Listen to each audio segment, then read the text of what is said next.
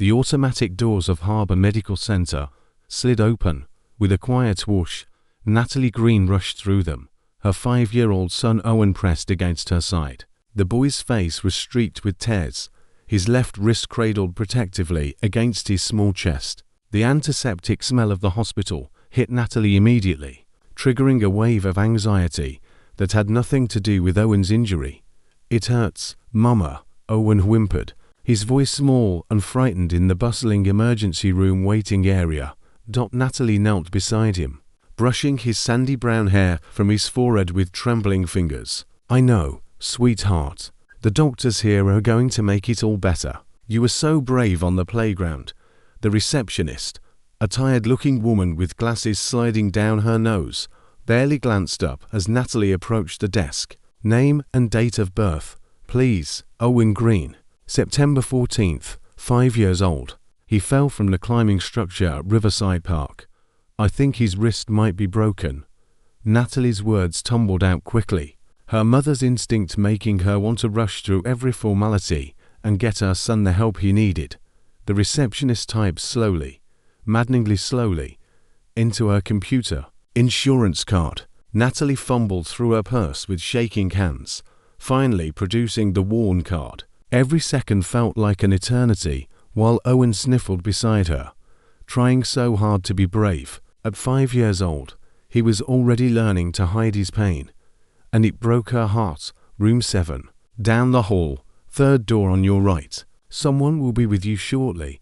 The examination room was small and sterile, decorated with faded posters of cartoon characters encouraging children to wash their hands and eat their vegetables. Owen climbed onto the examination table with Natalie's help, his legs dangling over the edge. She held his good hand, squeezing gently in reassurance. "The doctor will be here soon, baby. Just a few more minutes." "Will it hurt more?" Owen asked, his brown eyes wide with worrying. "No, they're just going to look at it and take a picture of your bones. It doesn't hurt at all." The sound of footsteps in the hallway made Natalie look up. The door opened, and time stopped completely. Dr. Vincent Hayes stood in the doorway, his white coat crisp and professional, a tablet in his hands. His dark hair was shorter than she remembered, more styled, with just a hint of grey at the temples that hadn't been there 6 years ago. His green eyes, those same impossibly green eyes that had haunted her dreams, widened in recognition before he could school his expression into professional neutrality. For 3 seconds that felt like 3 years.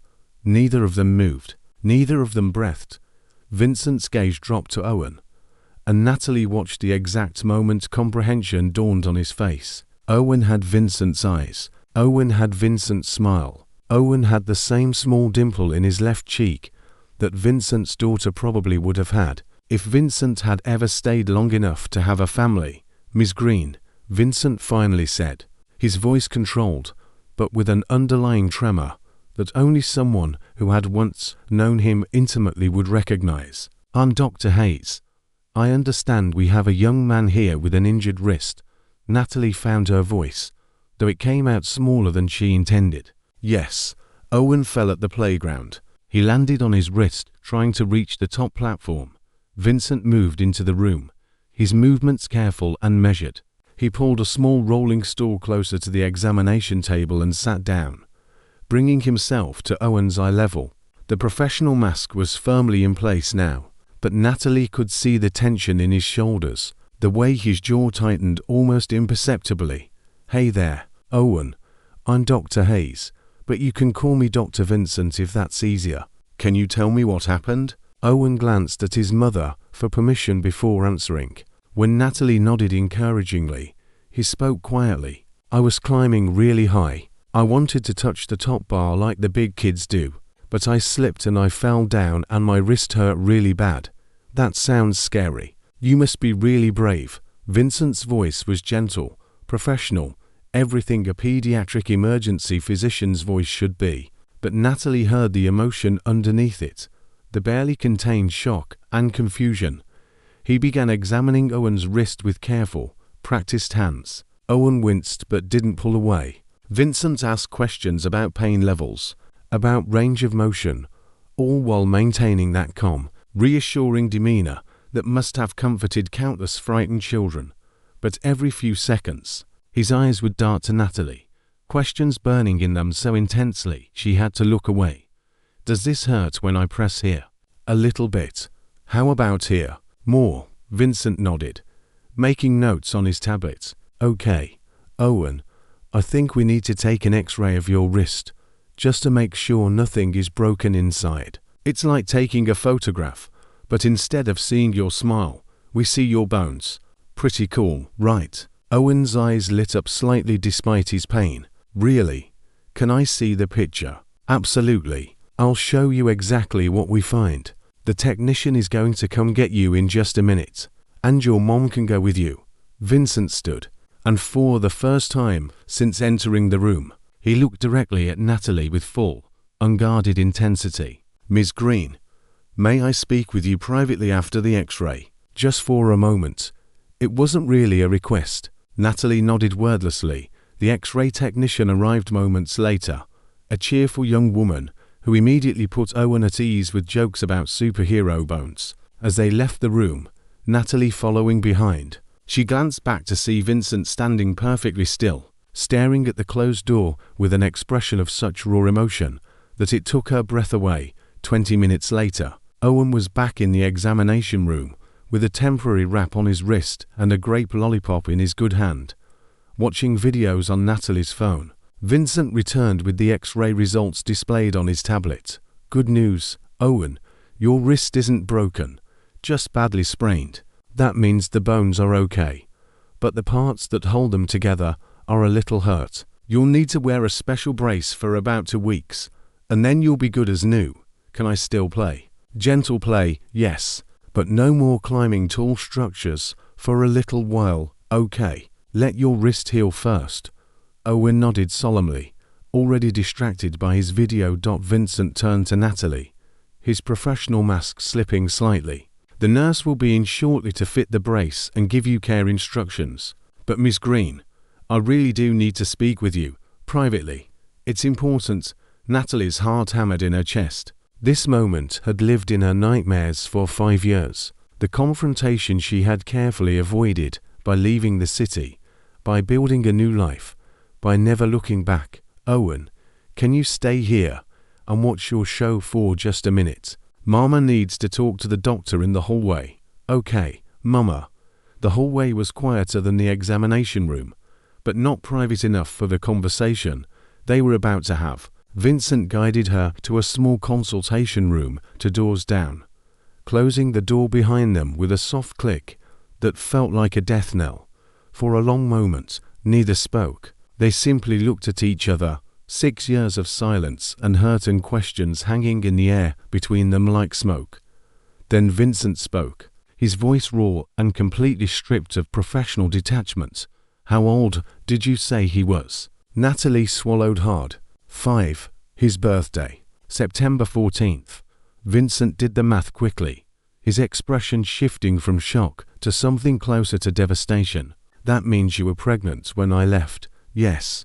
The single word hung between them, an admission and an accusation all at once. Vincent's hands clenched into fists at his sides. When he spoke again, his voice shook with barely controlled emotion. Were you ever going to tell me I have a son? Natalie felt the walls of the small consultation room closing in around her. Vincent stood less than 3 feet away, his green eyes burning with a mixture of anger, hurt, and desperate confusion. She had imagined this conversation 1,000 times over the past 5 years, had rehearsed what she would say, how she would defend her choices. But now, facing him in this sterile hospital room with their son just down the hall, all her prepared words evaporated. Were you ever going to tell me I have a son? Vincent's question echoed in the silence, demanding an answer she wasn't sure she could give. Natalie wrapped her arms around herself, a protective gesture she had perfected over years of facing the world alone. I tried, Vincent. You weren't exactly available. What does that mean? I was in residency, yes, but I wasn't on another planet, weren't you? The words came out sharper than she intended, years of suppressed pain finally finding voice. You left for Johns Hopkins and made it very clear that medicine was your priority. Your only priority. Vincent ran his hand through his hair, a gesture so familiar, it made Natalie's chest ache with memory. We talked about that. We agreed long distance was too difficult while I was in residency. That doesn't mean I wouldn't have wanted to know about my own child. We didn't agree, Vincent. You decided. You called me 3 weeks into your program and said you needed to focus on your career without distractions. Distractions. That's what you called our relationship. Natalie's voice cracked slightly on the last word, the old wound opening fresh and raw. That's not fair. I was under enormous pressure.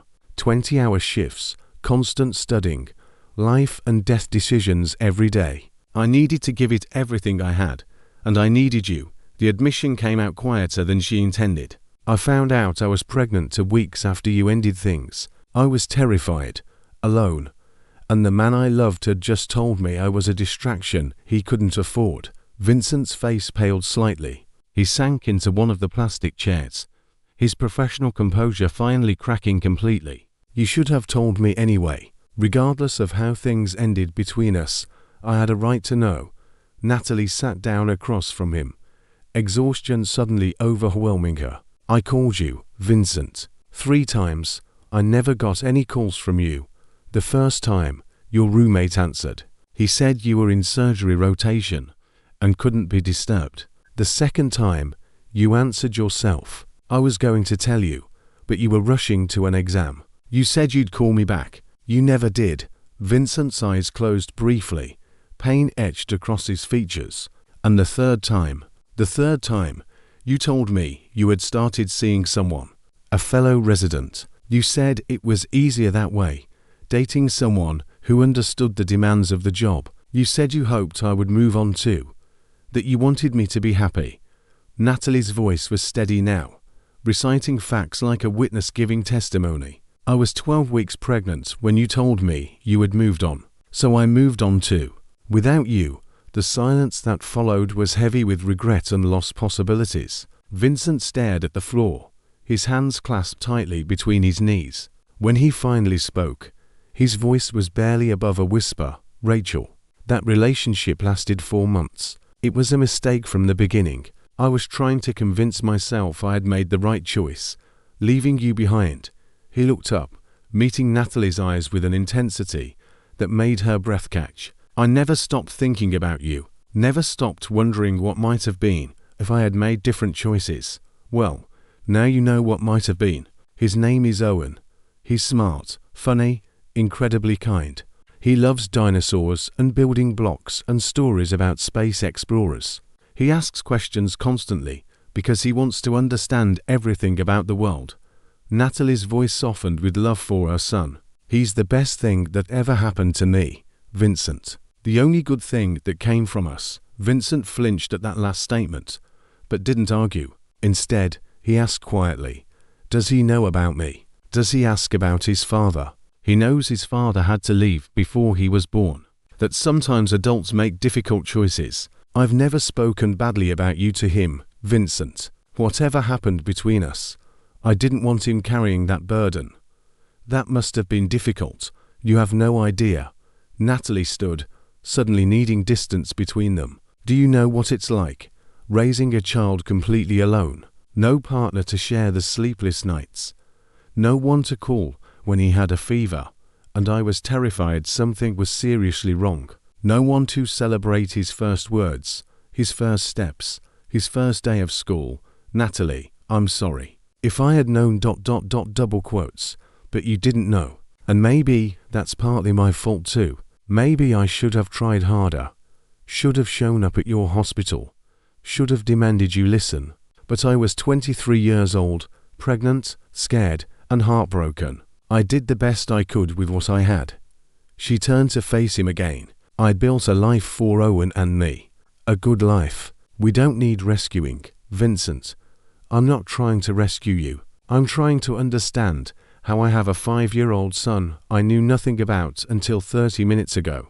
Vincent stood as well, frustration bleeding into his voice. What happens now, Natalie? Do I just walk away? Pretend I never saw him? Pretend I don't have a child? I don't know. The honest admission hung between them. I came here today because my son was hurt. I never expected to see you. I moved across the state specifically to avoid this possibility. You moved. Where were you living? We lived in Riverside Falls until 6 months ago. I got a better freelance contract here in Harbor City, more stable income. The universe apparently has a twisted sense of humor, bringing me right back to where you ended up. Vincent moved closer, his voice urgent. Natalie, please. I know I don't have the right to ask anything of you. I know I hurt you badly and I can never undo that. But Owen, he's my son. I missed 5 years of his life already. I don't want to miss any more. He doesn't know you, Vincent. To him, you're just the kind doctor who helped his wrist feel better. Then let me change that. Let me get to know him. Let him get to know me. The pleading in Vincent's voice was something Natalie had never heard before, not even when they were together. I'm not asking to disrupt your life or confuse him. Just a chance. That's all I'm asking for. Natalie studied his face, seeing past the polished doctor to the man she had once loved completely. She saw genuine pain there, genuine regret, and something else. A desperate need to be part of his son's life that she recognized because she felt it every single day. One visit, she finally said. You can come to our house this weekend. Spend some time with Owen. See how he responds to you. But Vincent, if this doesn't feel right, if it seems like it's going to hurt him or confuse him, we stop. His well-being comes first. Always. I understand. I swear I'll be careful with him. With both of you. Vincent pulled out his phone. Can I have your number? Your current number. They exchanged contact information in silence. The weight of the moment not lost on either of them. 6 years ago, they had deleted each other's numbers in the painful aftermath of their breakup. Now they were reconnecting because of the child created in their last weeks together. A soft knock on the door interrupted them. A nurse poked her head in. Dr. Hayes, the mother in room 12, is asking if you're still seeing her daughter, the little girl with the suspected appendicitis. I'll be right there. Vincent turned back to Natalie. I have to go. Other patients. But I'll text you tonight. We can figure out a good time for Saturday. Natalie nodded, suddenly drained. Saturday afternoon? 2 o'clock. I'll text you the address. As Vincent reached for the door handle, he paused. Natalie, thank you for giving me this chance. And for raising our son alone all these years. I can see how much you love him. How well you've cared for him. You're an amazing mother. Before she could respond, he was gone, disappearing down the hallway to tend to other emergencies, other families. Natalie stood alone in the small consultation room for a long moment, processing everything that had just happened. When she returned to Owen's room, he was watching his video peacefully, his newly braced wrist resting on a pillow. He looked up when she entered, his face brightening immediately. Mama, the nurse said I get to pick a sticker. Can I have the dinosaur one? Of course, baby. Whatever you want. As the nurse fitted Owen's brace and went over care instructions, Natalie's mind was elsewhere. She watched her son, seeing Vincent in every expression, every gesture. How had she never noticed how much Owen looked like his father? Or maybe she had noticed, had seen Vincent in Owen's face every single day. And that's why it hurt so much. On the drive home, Owen chattered happily about the x-ray, about how cool it was to see his bones, about how Dr. Vincent was really nice and told funny jokes. Natalie listened, making appropriate responses, while her thoughts churned. What had she just agreed to? Letting Vincent into their lives after all this time could change everything. Owen had never had a father figure. What if he became attached, and then Vincent decided being a parent was too difficult, too demanding? What if history repeated itself and Vincent chose his career over his family again? But what if he didn't? What if he had really changed?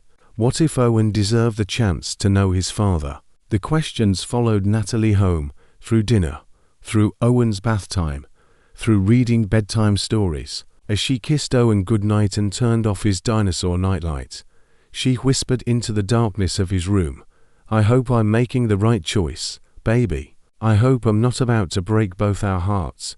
Her phone buzzed as she settled onto the couch with a cup of tea she was too anxious to drink. A text from an unknown number that she knew immediately was Vincent.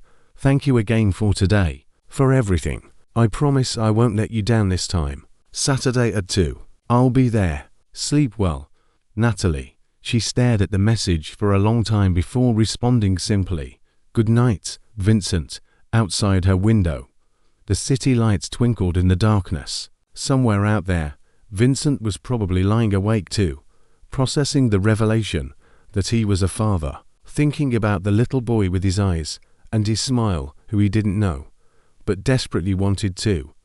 Natalie pulled a blanket over herself, knowing sleep would be elusive tonight. The past she had carefully buried had just resurfaced, and there was no putting it back in the ground. For better or worse, their lives were about to become irreversibly intertwined. All because of one emergency room visit and a -1-year-old boy with a sprained wrist and his father's green eyes. Saturday arrived far too quickly for Natalie's comfort. She had spent the past 2 days alternating between cleaning every corner of their small 2-bedroom apartment and second-guessing her decision to allow Vincent into their lives. Owen had asked about Dr. Vincent twice, wondering when he might see the nice doctor again. Each time, Natalie had deflected with vague answers, unsure how to explain what was about to happen.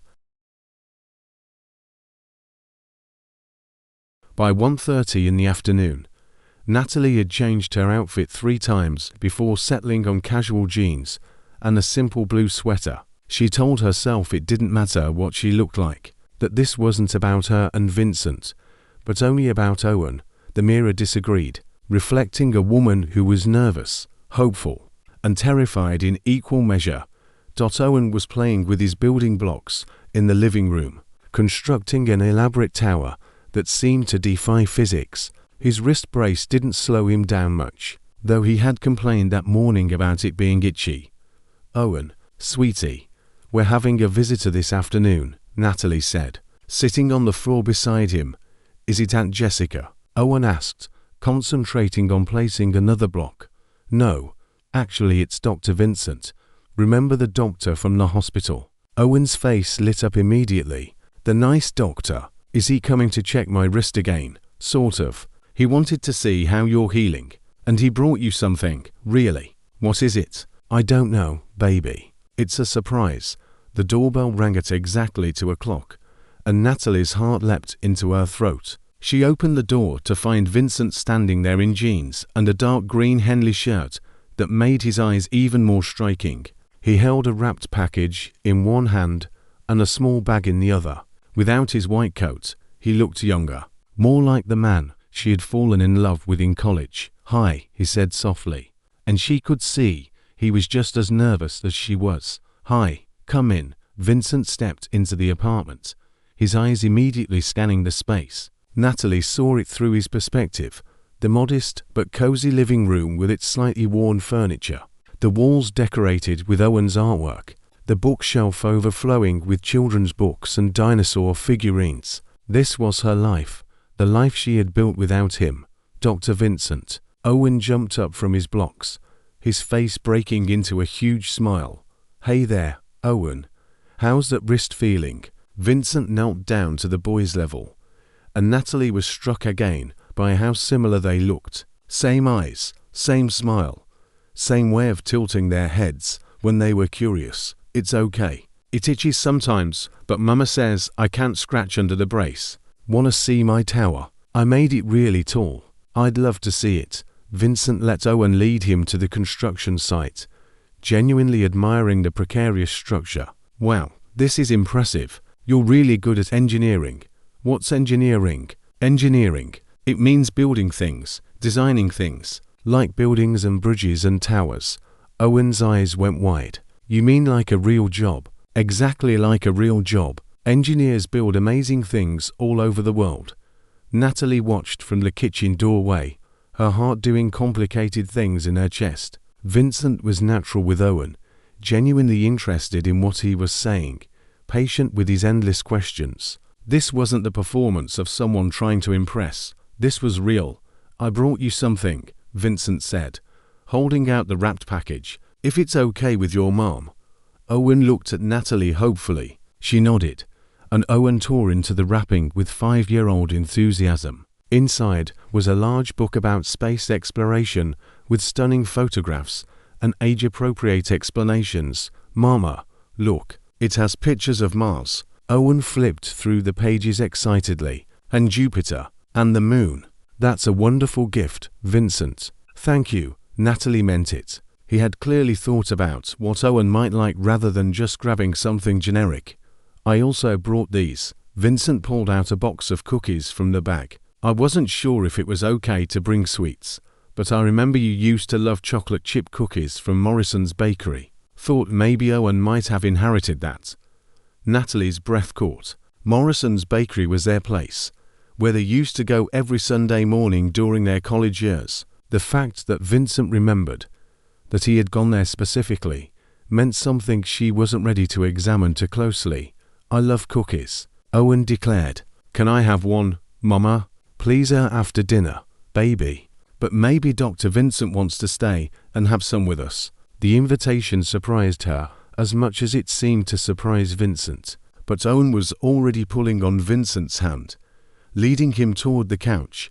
You can sit here, and we can look at the space book together. Do you know about black holes? Vincent settled on the couch, and Owen immediately climbed up beside him, opening the book. I know a little bit about black holes. They're one of the most fascinating things in space. Natalie retreated to the kitchen to start preparing dinner, but she could hear their conversation from the other room. Vincent answered Owen's rapid-fire questions with impressive patience, sometimes turning questions back to Owen to hear what he thought. Dr. Vincent, do you have kids? Owen asked suddenly, and Natalie's hands froze on the cutting board. There was a pause before Vincent answered carefully. No, I don't have any other children, just you, but I'm not your kid. You're a doctor. That's true. I am a doctor. But actually, Owen, I wanted to talk to you about something. Is it okay if your mom comes and listens too? Natalie's heart started racing. They hadn't discussed this. It was too soon. But Vincent was looking at her with an expression that asked for trust. And somehow she found herself walking into the living room and sitting in the armchair across from them. Owen, Vincent began gently. Do you know what it means when someone is your dad? Owen nodded seriously. A dad is like a mom but a boy. My friend Tyler has a dad. He picks Tyler up from school sometimes. That's right. Well, I wanted you to know something special. I'm your dad, Owen. Owen looked confused, glancing between Vincent and Natalie. But you're Dr. Vincent. I'm both. I'm Dr. Vincent and I'm your dad. I didn't know about you until I met you at the hospital. But now that I do know, I'd really like to spend time with you. If that's okay with you and your mom.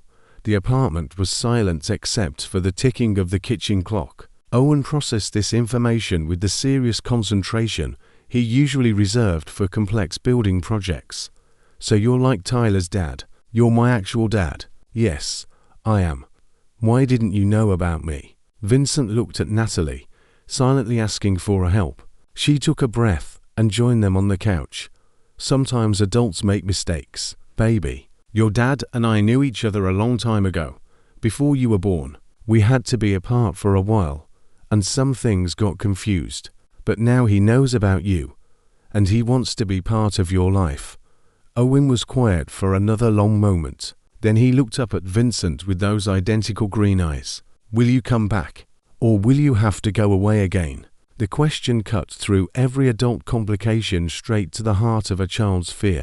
Vincent's eyes glistened with sudden moisture. I'm not going anywhere, Owen, I promise. I want to be here for you, for birthdays and soccer games and bedtime stories, for everything, if you'll let me. Owen studied Vincent's face carefully, and Natalie recognized the expression. Her son was deciding whether to trust this man. Finally, Owen smiled. That brilliant smile that lit up his whole face. Okay, can I call you Dad instead of Dr. Vincent? Vincent's voice was thick with emotion. I would love that more than anything in the world. Owen threw his arms around Vincent's neck on a spontaneous hug, and Natalie watched as Vincent closed his eyes and held his son for the first time, really held him, as a father. Tears slid down her cheeks unbidden. The rest of the afternoon passed in a blur of simple domestic happiness. They looked at the space book together. Vincent helped Owen build an even taller tower. They had dinner around Natalie's small kitchen table, with Owen chattering about school and his friends and his favorite cartoons. Vincent listened to every word as if Owen was sharing the secrets of the universe. After dinner, Owen demonstrated his pancake-making skills, which consisted mostly of him explaining the process while Natalie did the actual cooking. Vincent watched, laughing, as Owen took his role as instructor very seriously. "You have to flip it at just the right time, Dad. Not too early or it'll be mushy. That's what Mama says." "Your mama is a very smart woman," Vincent said, catching Natalie's eye across the kitchen dot. As evening approached and Owen started yawning, Vincent knew it was time to leave. Owen protested sleepily. "Do you have to go?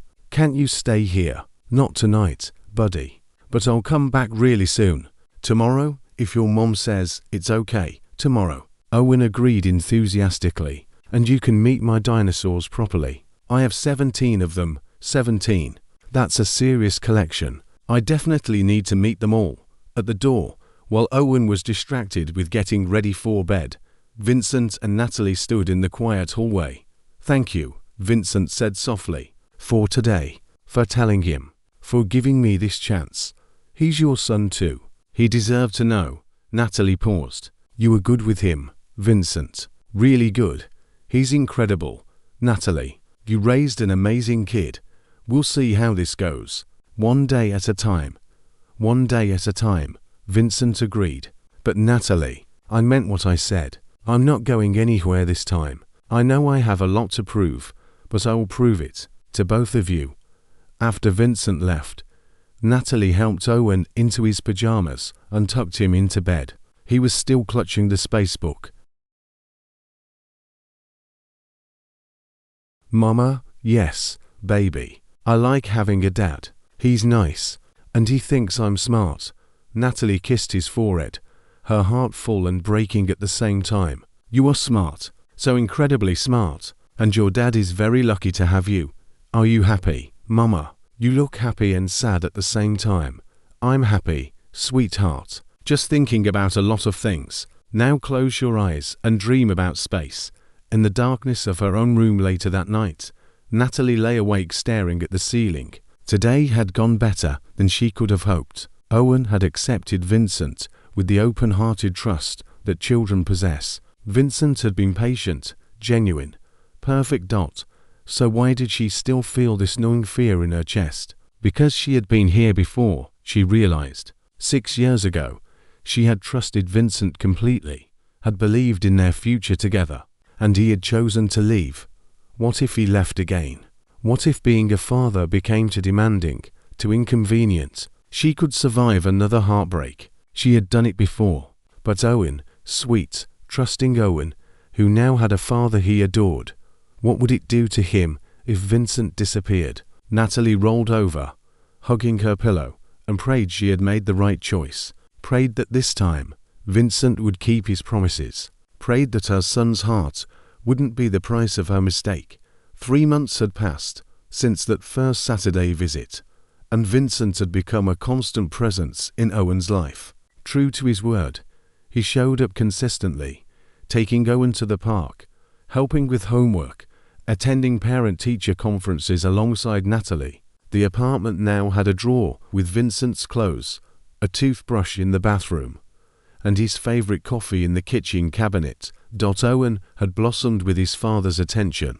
His confidence had grown, his nightmares had stopped, and he talked about his dad constantly to anyone who would listen. Natalie watched their relationship deepen and felt her own carefully constructed walls beginning to crumble. She hadn't planned to fall in love with Vincent again, but watching him be the father Owen needed, seeing him grow into this role with dedication and joy, made it impossible not to feel something. They hadn't discussed their own relationship, both carefully maintaining boundaries. but the tension between them grew stronger every day. It was a Tuesday evening when Vincent's colleague Rachel Monroe first appeared in their lives. Vincent had mentioned her before, the head of pediatric cardiology at Harbor Medical, someone he worked with regularly on complex cases. Natalie had no reason to think anything of it. Until Rachel showed up at the hospital coffee shop, where Natalie was meeting Vincent to drop off Owen to preschool. Vincent. Rachel's voice was warm, perhaps too warm, as she approached their table. She was striking, with auburn hair pulled into an elegant twist and designer clothes that screamed success. "I didn't know you came here." Vincent looked up, his expression neutral. "Rachel, hi, this is Natalie Green and her son Owen." "Natalie, this is Dr. Rachel Monroe, one of my colleagues." Rachel's eyes swept over Natalie and Owen with an assessing gaze that Natalie recognized immediately. "Competition, threat assessment, lovely to meet you. Vincent has mentioned he's been doing some consultation work with a pediatric patient. Is this the case?" The deliberate phrasing, calling Owen a case rather than acknowledging him as Vincent's son, set Natalie's teeth on edge. "This is my son," Vincent said, his voice cooling slightly. "Owen, can you say hello to Dr. Monroe?" "Hello," Owen said politely before turning back to his coloring book. Rachel's eyes widened almost imperceptibly. "Your son, Vincent, I had no idea you had a child. How old is he?" "5, Natalie answered, placing a protective hand on Owen's shoulder. Rachel's sharp mind was clearly calculating, doing the math. "How wonderful. And are you two together?" "That's personal, Rachel," Vincent said firmly. Of course. Well, you know how hospital gossip is. People will talk," Rachel smiled, but it didn't reach her eyes. "Anyway, I won't intrude on your family time. Vincent, we should discuss the Harrison case when you have a moment. Tomorrow perhaps." After Rachel left, Natalie noticed Vincent's jaw was tight with tension. She seemed friendly. Natalie said carefully, "Rachel is ambitious and territorial. We dated briefly about a year ago. It didn't work out. You dated her." Natalie felt an unexpected pang of jealousy. "For 2 months. It was a mistake. She wanted something I couldn't give her." Vincent reached across the table, taking Natalie's hand. "It's nothing, Natalie. You and Owen, what matter to me?" But Natalie couldn't shake the calculating look in Rachel's eyes. The way she had assessed Owen and dismissed him in the same glance. Over the next 2 weeks, small things began to happen. Vincent mentioned that Rachel had made pointed comments about his suddenly unreliable schedule, his inability to take on extra shifts. Natalie noticed a woman sitting in a car across from Owen's preschool one afternoon, though when she looked again, the car was gone. Then, on a Thursday morning, everything fell apart. Natalie was working from home when the doorbell rang. 2 people in business attire stood on her doorstep, their faces professionally neutral. "Miss Green, I'm Amanda Forster, and this is my colleague David Chen. We're from Child Protective Services. May we come in?" Natalie's blood ran cold. "I'm sorry, what?" "We've received a report regarding your son, Owen Green. We need to ask you some questions and conduct a home inspection." "A report? What kind of report?" "There must be some mistake." Amanda's expression remained neutral. "May we come in, Ms. Green?" "This can be easier if we do it here rather than at our office." In a daze, Natalie let them in. Her mind raced through every possibility. Owen's school hadn't reported any concerns. He was healthy, happy, thriving. What could anyone have reported? The interview was brutal. They asked about Owen's injury 3 months ago, about Vincent's sudden presence in their lives, about her financial situation, about her work schedule. They inspected the apartment, looking through cabinets, examining Owen's room, taking notes on everything. "The report indicates that your son suffered a suspicious injury and that you've recently become involved with the treating physician. There are also concerns about your financial instability and frequent address changes. Owen fell at the playground. There was nothing suspicious about it. And Vincent is Owen's father. We were together years ago. This isn't some new relationship I'm forcing on my son. Can you prove Dr. Hayes is Owen's father? We haven't done a paternity test, if that's what you're asking. But one look at them together and anyone can see they're related. The report suggests otherwise. It indicates you may be manipulating Dr. Hayes, using your son to establish a relationship with a successful physician. Natalie felt like she might be sick. That's insane. Who would say something like that? We can't disclose the source of reports, Ms. Green. These are serious allegations, and we have to investigate every claim. They left after 2 hours, taking copies of Owen's medical records, school reports, and photographs of the apartment. Amanda handed Natalie a card. We'll be in touch within 72 hours with next steps. In the meantime, please ensure Owen remains in your care and don't leave the state. After they left, Natalie collapsed on the couch, shaking uncontrollably. Someone had tried to destroy her life, to tear Owen away from her. Who would do such a thing? Her phone rang. Vincent, Natalie, I just got called into the director's office. There's been a complaint filed against me, claiming I violated professional ethics by becoming involved with a patient's family. Do you know anything about this? CPS was just here. Someone reported me for child neglect and suspicious injuries. They questioned everything. Vincent, our relationship, Owen's injury, my finances, everything. Jesus, this has to be connected. Someone is targeting both of us. Who would do this? There was a long pause. I think I know. Rachel asked me yesterday if I was planning to request reduced hours. She made some comment about my priorities being confused. I didn't think anything of it at the time. Your ex-girlfriend is trying to destroy my life because you're spending time with your son. I don't know for certain, but the timing is suspicious. Let me make some calls. I'll figure this out. Natalie, I promise. After hanging up, Natalie sat in the empty apartment and cried. She had known this was too good to be true. She had known letting Vincent back into their lives was a risk. And now that risk was threatening to take Owen away from her. When Owen came home from preschool that afternoon with Vincent, he immediately knew something was wrong. Mama, why are your eyes red? Just tired, baby. Come give me a hug, as she held her son, breathing in his little boy's scent of soap and sunshine. Natalie felt Vincent's arms wrap around both of them. Over Owen's head, their eyes met, and she saw determination in Vincent's gaze. I'll fix this, he mouthed silently, but Natalie wasn't sure anything could be fixed. The perfect life they had been building was crumbling, and she was powerless to stop it.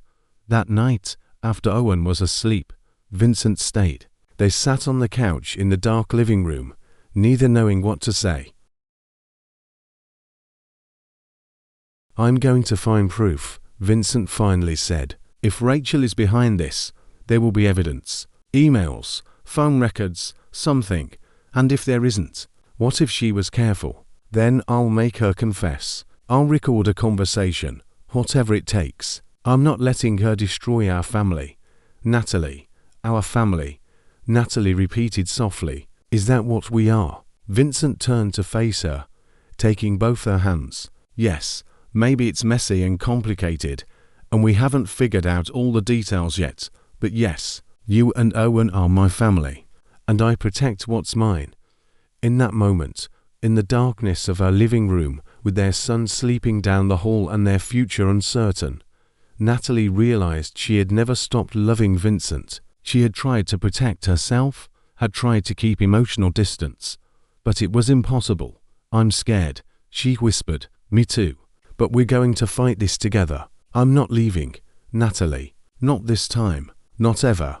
He pulled her close, and she let herself believe him, let herself lean on him, even though part of her screamed that this was dangerous, that trusting him again would only lead to more pain. But what choice did she have? Her son's future hung in the balance, and Vincent was the only person who might be able to save them both. Outside, a car sat in the darkness 3 houses down. Inside, Rachel Monroe watched the lights in Natalie's apartment, her phone in her hand displaying photos she had carefully collected over the past 2 weeks. Photos of Vincent looking exhausted at work, photos of Natalie's modest apartment, Photos of Owen playing alone at the park. Evidence, she told herself. She was protecting Vincent from a manipulative woman who was using a child to trap him into a relationship. She was saving his career, his future. He would understand eventually. He would thank her. Rachel smiled in the darkness and started her car. Phase 1 was complete. Now she just had to wait for Vincent to realize that his family was nothing but a burden dragging him down from his true potential. And when he finally came to his senses, she would be there waiting, ready to help him rebuild the life he deserved. A life without complications, a life without distractions, a life with her. Part 2 coming soon.